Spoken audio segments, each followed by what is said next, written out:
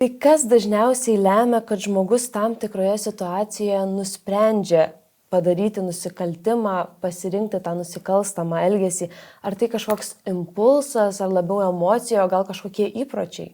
Tai iš tikrųjų nusikaltimas nusikaltimui nėra lygus ir taip neįmanoma vienu kažkokiu veiksniu paaiškinti visų nusikaltimų. Tai nusikaltimai yra skirtingi ir tų veiksnių gali būti labai daug.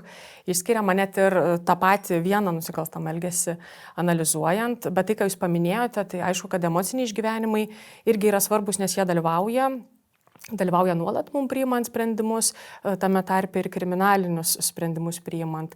Lygiai taip pat ir impulsyvumas.